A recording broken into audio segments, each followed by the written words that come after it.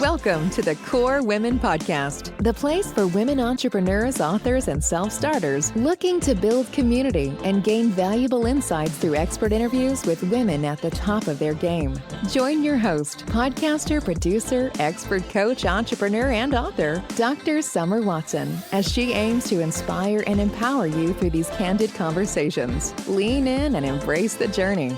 It's time to start the show. Here's your host, Dr. Summer Watson. Welcome to the Core Women Podcast, where personal stories ignite powerful change. Today's guest is Vanessa Thompson, who is a sustainability and finance expert, host of the podcast, The Sustainability Experts, and author of a new book soon to be released, which redefines how leadership and innovation intersect. Vanessa has worked with world-changing organizations like the UN Foundation, the Nature Conservancy, the World Bank, and leading-edge Silicon Valley startups.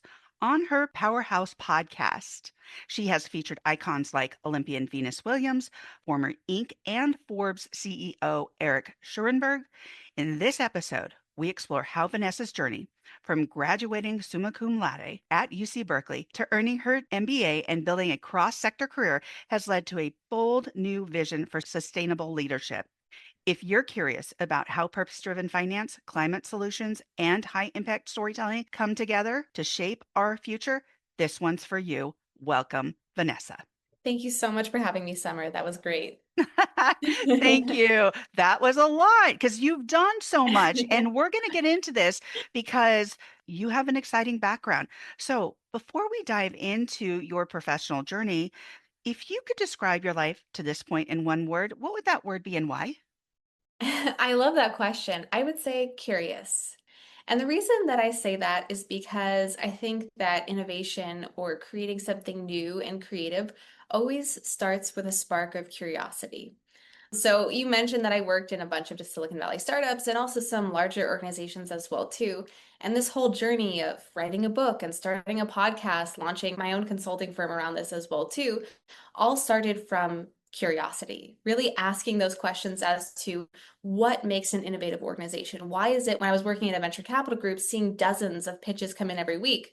What is it about these organizations that are so much more innovative than these ones? What is it about the structure of them that's so much more innovative? So I would say curious, because I think that's the spark of all invention, is really thinking and asking those questions and having that passion to get a little curious and to really truly listen to not just other people and other experts, but also the market and the dynamics as well too. Having that patience to learn and to listen all kind of starts from that core aspect of curiosity.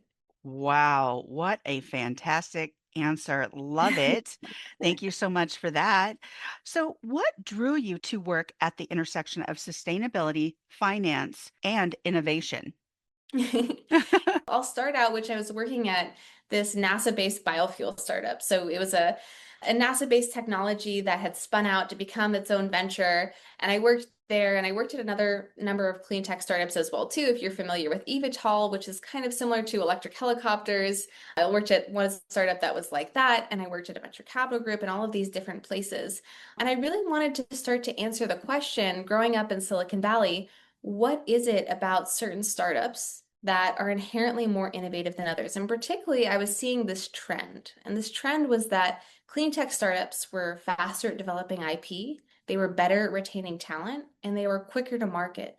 And I was wondering, what is it about the clean tech startups that are so much better at retaining those strong core teams, retaining talent, great talent, and also developing IP quicker and taking that to market? And so I wanted to answer that question, kind of coming back to that curiosity theme that we just talked about.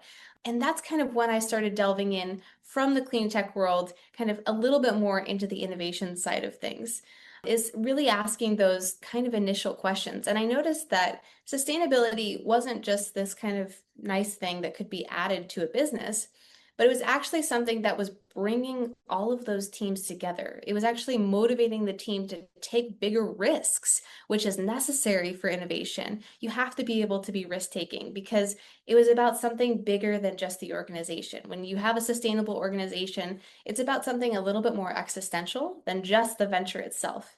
It's about a bigger vision, right? These people who came into that organization, if they get a slightly higher pay at another organization, they're not going to leave. They're going to stay and they're going to experiment and they're going to try new things at this organization, and they're going to be risk-taking in that nature.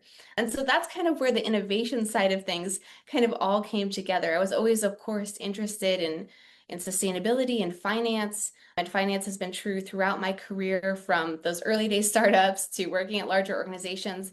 But I really started asking those questions. And that's where I really wanted to start to research what is innovation in an organization, what develops innovation within an organization, how does creative culture manifest itself within an organization. And so that really kind of started the research aspect of my career. And that's when I started writing a book. I started publishing research. A book publisher reached out to me and asked me to write a book on this topic. And I started the podcast and everything out of the insights I learned from that research. So that's a little bit of a long-tailed answer to the question that you had, but that's kind of how all of these aspects came together. And I would also say that growing up in Silicon Valley, I think there's kind of a natural curiosity that's embedded into the culture, and, you know, a respect for innovation and risk taking that you kind of grow up with growing up in Silicon Valley. So that's kind of another aspect of my journey that I think has influenced me. Wow, Vanessa, that is so incredible. I love your insight and the journey you took us on as to how you got to where you are today. You mentioned so many things. You mentioned clean tech startups. You mentioned sustainability. You mentioned retention. It's interesting when you mention all these different variables or factors, there's a lot to them. And so, why don't we take a step back for a moment? Because I really want my listeners to understand what you mean by clean. Like when we talk about clean tech startups, Sure. can you talk a little bit more about that? Yeah, absolutely. And I think that it really boils down to the core vision of the organization. So, a core aspect of a business is addressing pain points for the customer. In essence, that's really what it is. And when you're a clean tech organization, or specifically when you're looking at a sustainable motivation or vision for the organization, you're looking at potentially adding an additional pain point to that. That might be an externality. Maybe that's clean air, clean water, or a clean environment added to the product. So I would in essence say that a sustainable organization is looking at several pain points at once, and the business itself is addressing all of those pain points.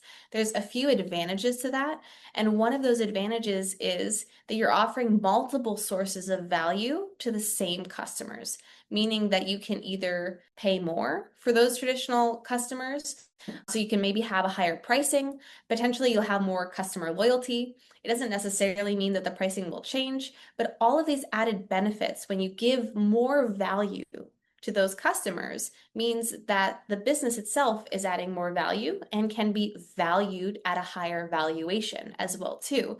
So when we're looking at in core essence, how does sustainability actually increase innovation in a business and increase all of the benefits of the organization itself? You see that you're actually increasing the value that you offer the customer, and that in turn relates to revenue streams, that in turn relates to higher valuation and potentially, you know, more customer loyalty and things like that as well. So, when we're talking retention, we're not just talking retention on the side of the employee, but also retention on the side of the customer as well or client, correct? Yes, absolutely. And I'll add a great case study to this. So there's this one case study, and it's one of the case studies that's in my book, and it's called Interface. And Interface is probably the least likely business that you would think would be innovative or sustainable. They're a carpet manufacturer based out of Georgia, and they are a publicly listed company. And during the mid 90s, after they had already publicly listed, they decided to completely shift their business model to become much more innovative and much more sustainable. And this was a pretty big pivot considering that they're already a public company and decided to completely shift their vision.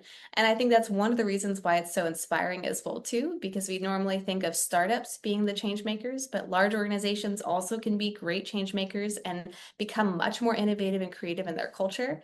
And their CEO, Ray Anderson, at the time said, I don't just want to become sustainable, I want to become restorative, which means that I Hmm. give back to nature more than I take, which is pretty controversial, especially in the mid 1990s in a publicly listed carpet manufacturing facility.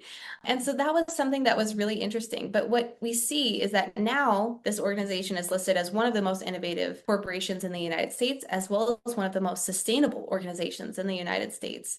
And one of the reasons that is because they're able to attract top talent that will come, all over the country and potentially all over the world as well too, to this organization, and they will stay there 20, 30, 40 years because they Wow. have something to fight for. And in this day and age, that is something particularly rare. Normally people will stay at a company 2 years and then they will move on to the next one. So actually retaining that talent, which there's a huge amount of value creation when you're able to retain talent.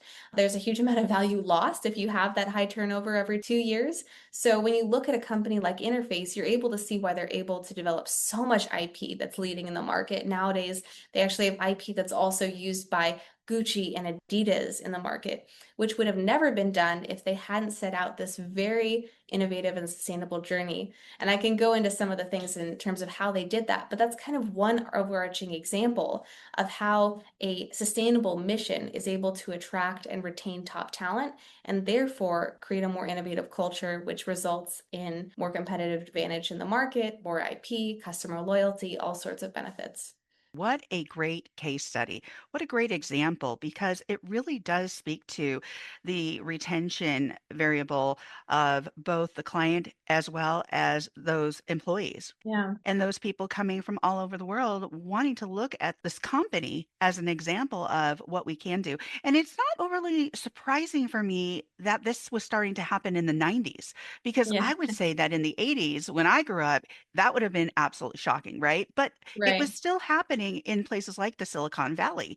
I also grew up in that area, so I was very close to the Silicon Valley, and we saw all these companies coming into the school to do a lot of recruiting of these Mhm. young minds and these innovators and these people who are asking questions and these people who were Yeah. being, as you said, curious, because we were excelling at program development. We were excelling at the hardware. We saw Steve Wozniak at the school. We just Yeah. saw it happen. It was growing. It was where it all started.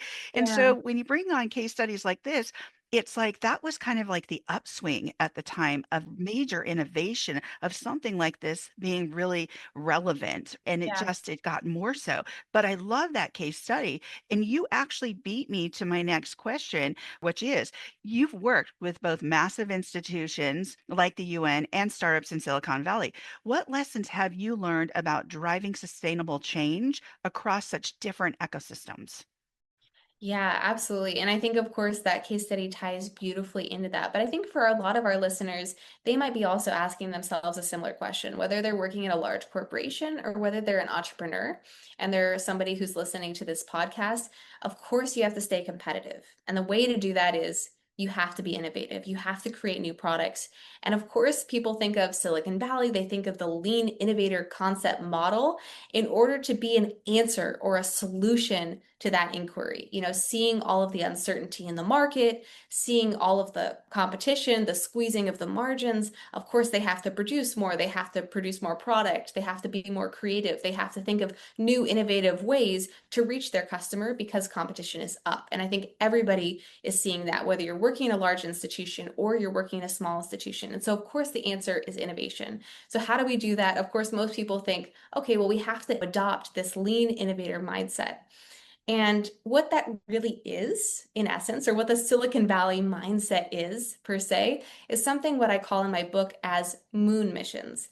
And that's something that we kind of touched upon already, which is having that existential mission. What is something that's true for every successful startup you've seen, every case study you've seen? You've seen a small group of brilliant engineers who would give everything to make that product become a reality.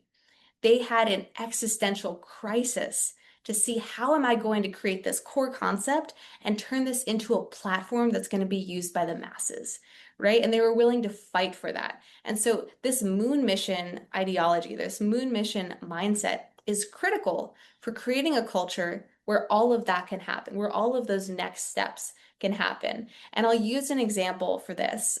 There was this one doctor, this brilliant doctor called Dr. Chisty, and he works in the respirator market. Respirators are used to help people breathe when they get sick, like pneumonia, for example. And he is specifically looking at infant respirators. So when an infant gets pneumonia, especially newborn infants, it's very common. They need a respirator to help them breathe during those critical times. This is a multi-billion-dollar industry, the respirator market. And for a lot of low-income hospitals, they can't afford respirators.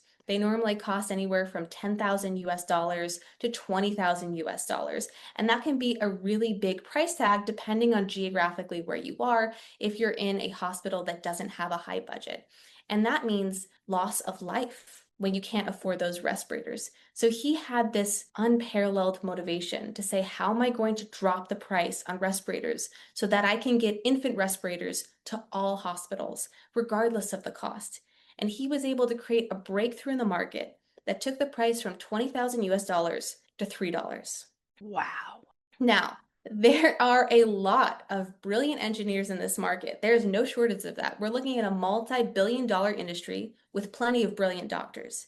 So the question is not that he is a brilliant doctor in a market that doesn't necessarily have all of these incredible doctors. There's plenty of brilliant doctors in this market. So what made his conditions different and more innovative and more creative than all of the other corporations and entrepreneurs that were also existing in that same exact market? Well, he talks about seeing 3 infants die in his arms and not being able to do anything about it. And that unparalleled motivation, that moon mission mindset, that existential cause, meant that he was willing to risk everything he had to bring a small team together and completely throw out the old model and rethink everything from scratch, go back to the core fundamentals. And this is another really key point about innovation. Sometimes if you want the disruptive innovation, I'm not just talking about marginal or incremental innovation, but I'm talking about truly disruptive innovation that disrupts entire markets and industries.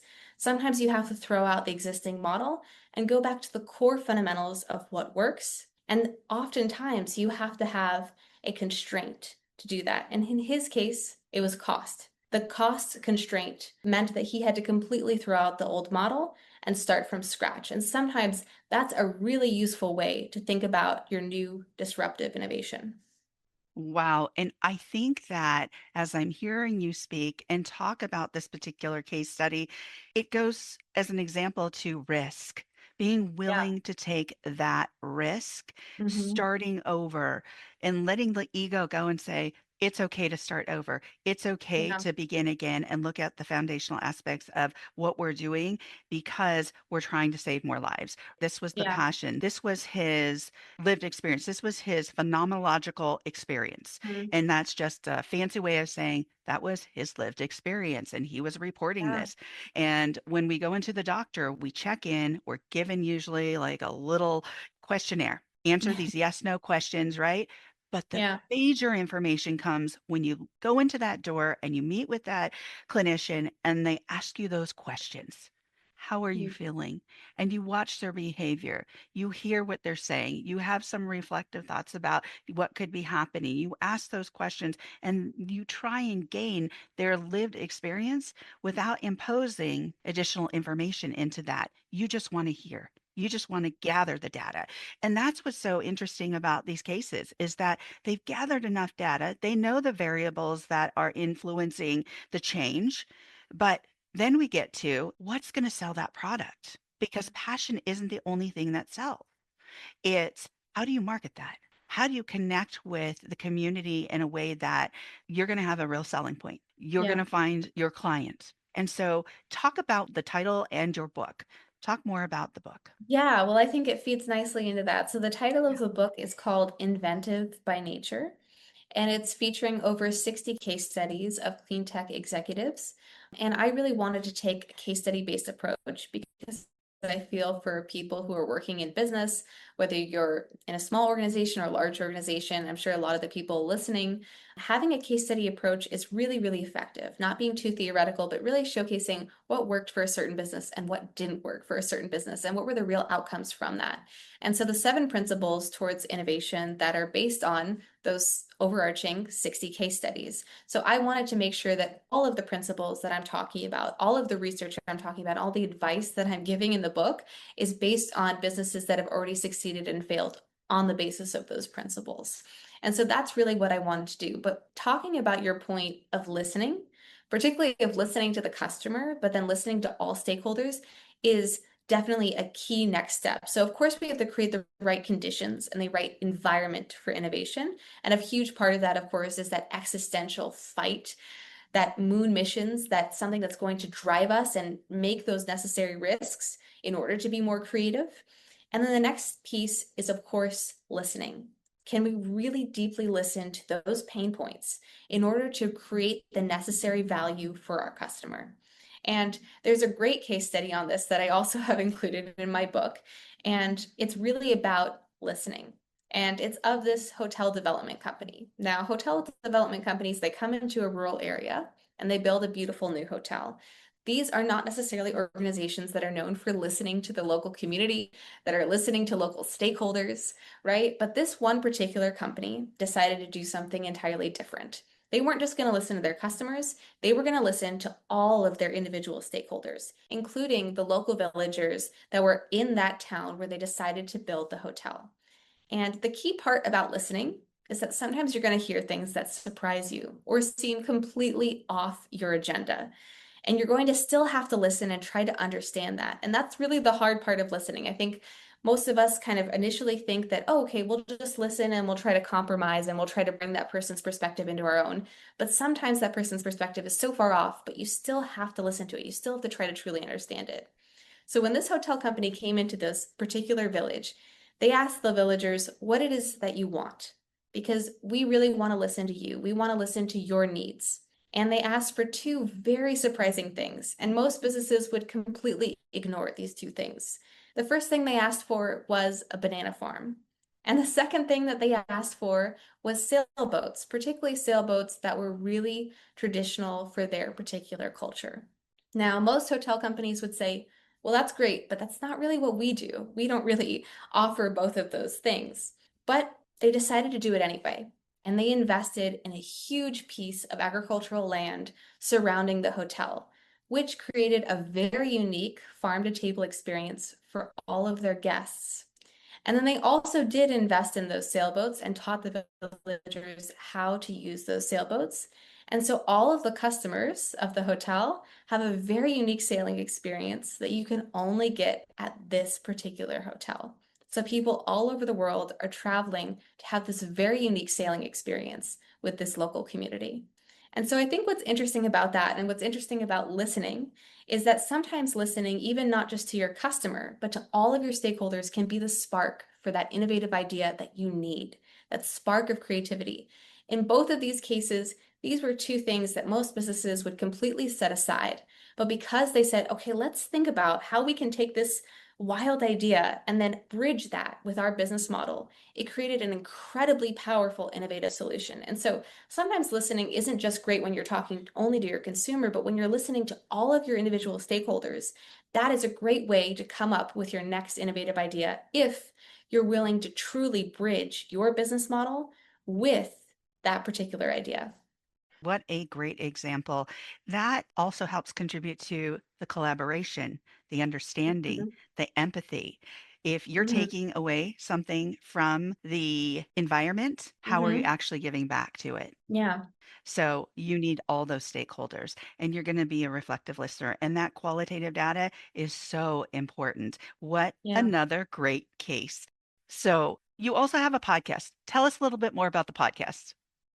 Yeah, absolutely. So the podcast idea was really something where I wanted to give helpful business advice to all sorts of individuals and take a very different take on sustainable business and innovative business in each individual episode. So one of our first episodes, we had Olympian Venus Williams come on, who in addition to being Olympian, she also runs 3 environmental businesses in a very innovative and unique way. So she came onto the podcast. We also have CEOs like Philip Hoare come on, who have operations in over 80 different countries, all in construction and building bridges and roads, and talked about how do you embed carbon into the built world.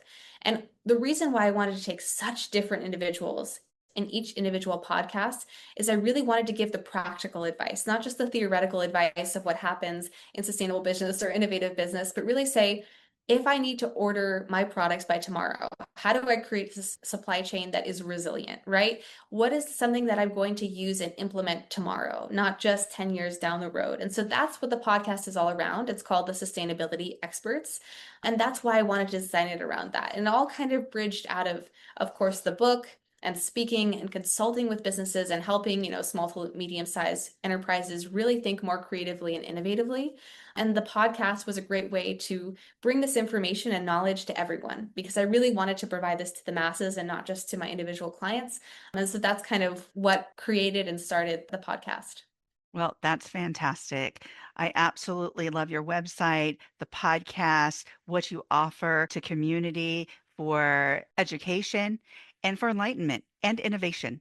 So, as we come to the close of the interview, my last question is, what's one actionable tip you would give to a founder, executive, or team leader who wants to integrate sustainability into their core business strategy? One thing that for anyone listening, you should know is that all of these incredible founders, the people who took organizations from not necessarily sustainable organizations to being incredibly sustainable and innovative, each and every one of these incredible inventors, they didn't know what their first step was going to be. And so I think that's one inspiring message to all of us who are wanting to create that kind of mission within our own work, whether that's our own business or within our own particular role. We want to bring that value set that we have. We want to bring that mission and that inspiration into our work. Each and every one of these innovators had that, but they didn't know what their first step was going to be. And that's okay. You can still be one of these great innovators, even if you don't know what the first step is. And the key is building an incredible community that also believes in that vision to help you make that first step. That is the first step itself. So if you're ever thinking about, okay, I really want to integrate this mission in, whether it's clean air or clean water or giving back to my community, or perhaps it's even bringing new technology to that market, whatever it happens to be, building that community around you is the first initial step, even if you don't have a clear roadmap in terms of how to get there. That is a great tip. Thank you, Vanessa, for joining me on the Core Women podcast today. Thank you so much for having me. Absolutely. You can connect with Vanessa Thompson on LinkedIn at Vanessa Thompson 5 or on her business page at The Sustainability Experts, or check out her website at www.the-sustainability-experts.com. Thank you for joining us on the Core Women podcast with Dr. Summer Watson. We're so glad you're here and would love to connect more with you. Find us on Instagram, Facebook, and YouTube at Core Women, and on Twitter at Core Women 1. For more about Core Women and Dr. Watson, visit corewomen.com.